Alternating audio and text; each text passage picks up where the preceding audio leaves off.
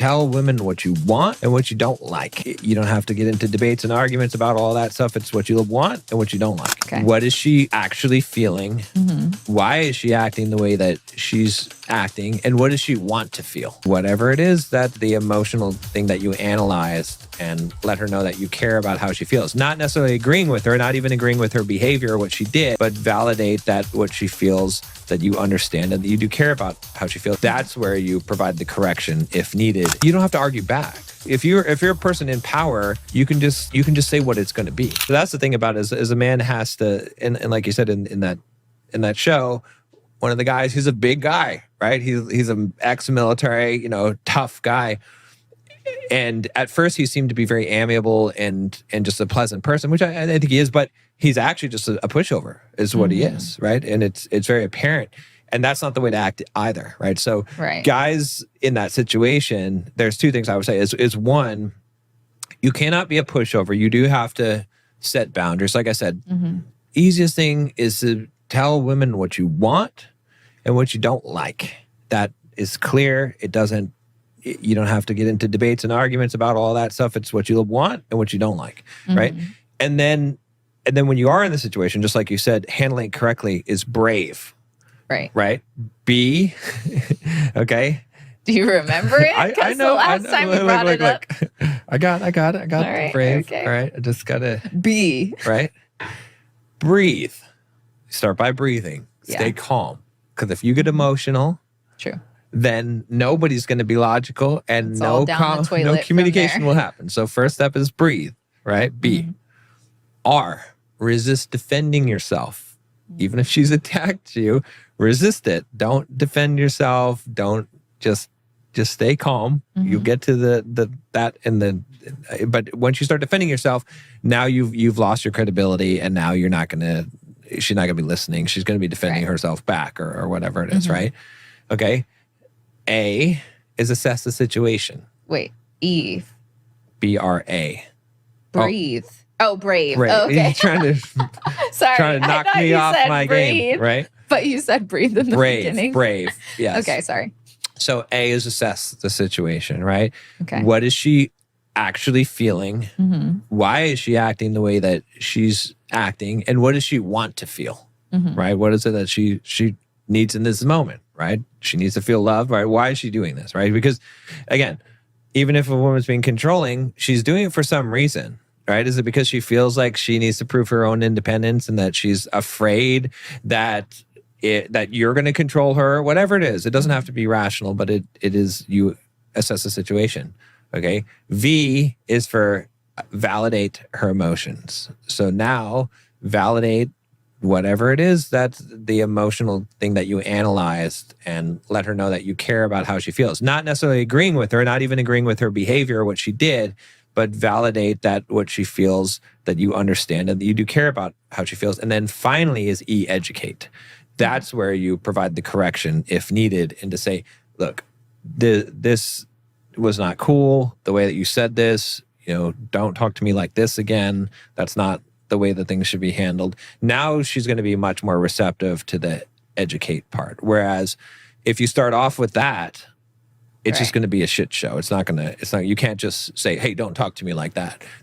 It's never going to work like that. But if you've done the other things and then now you're providing the education, now you're being respectful. Now you're being calm. Now you're not, you're not trying to prove yourself or assert yourself, right? Because at the end of the day, as a man, right, who has his own self-respect, that if you're doing all these things and you're trying to educate and she's not having any of that and she's still acting, then you're just not going to be there. Right. So you don't need to educate someone who doesn't want to be educated. You don't need to control someone who doesn't want to be controlled. You don't need to do any of that stuff because that ultimately when you handle things that way, you don't want to be with someone who doesn't show you respect at that point. So But you have to get to the point where you are making it so there's no loophole where she can be like, oh, well, you did this, or you said this, or you acted this way, and that's why I did that. It's like, no, it's it's clear, it's been laid out.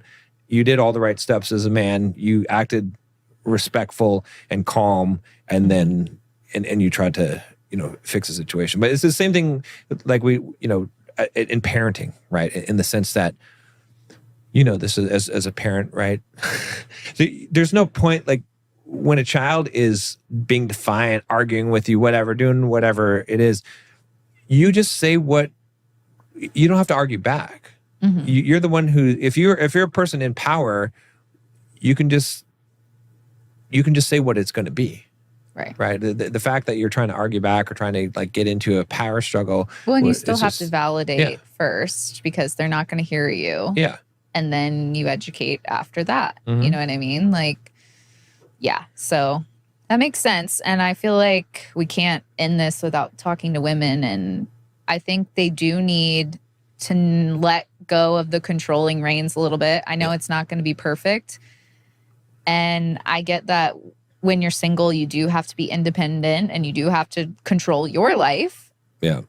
But if you allow it to get too far, or you're self-absorbed trying to act like you're confident and you're more cocky, you're actually just living from fear. And instead it's like making you this toxic version, because that's where it comes from. Like she's afraid of being controlled, probably, or she's afraid of being judged, or she maybe struggles with how she perceives herself. And so she's coming off overly confident, and to the point too, because overly confident people typically do try to control, or they're like, you know, my way's the right way.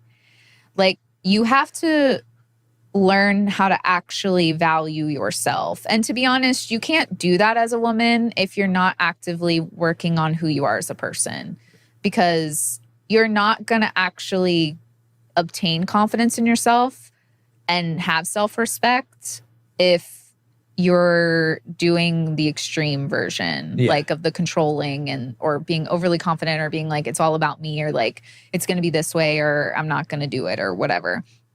Like, you have to live from a place of self-respect where these are your standards. And if someone doesn't live up to those standards or whatever, or isn't doing those in whatever situation you're in, you're going to wish them well and you're going to leave. You're not going to try to control them. Like, you're never going to be able to control a man or even another woman by acting the way that this woman's acting. Like, and a lot of women think that they are, because men have become so people pleasing that they're like, man. Oh, I am controlling him. Like, so they're like, oh, it's working. I have this power. Yeah, you might have a puppet man that you could do that to, but not a real man. Well, that's why they're not actually happy. Yeah. Again, anyway, because they aren't being faced with someone being actually honest and like having an actual honest conversation with them. And to be honest, if you're that far into the toxic, like controlling and things like that, or it's all about me, you're not going to put up with that. But that's also like, you're missing out on the good thing, actually. Yeah. It's kind of hard to like explain, but just don't go into the super toxic, super controlling, super, you know, all about me road. Like, be independent when you're independent.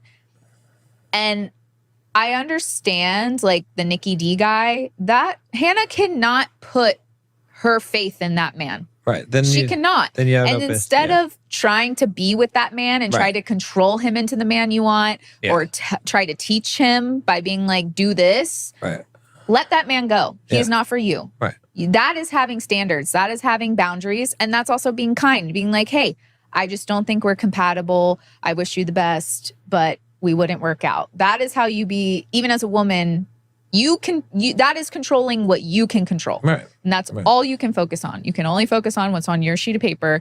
And the only thing that you can control is not how a man acts, not what he does, not what you're going to force him to do.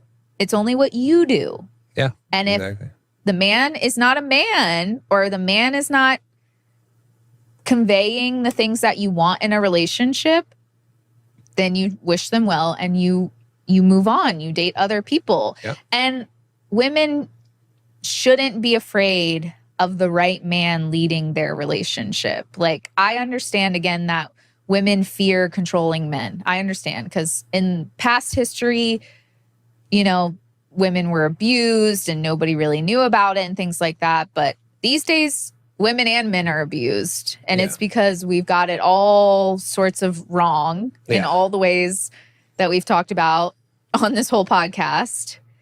But like seeing a woman act like that Alex girl was acting, you don't want to be that woman. You don't want to be a woman that people in general don't want to be around. Men definitely won't want to, but people in general won't want to be around you if you're acting like everything has to be what you say, because you're so controlling and you're so critical and you're so like putting everybody down for the things that you don't believe in. Yeah.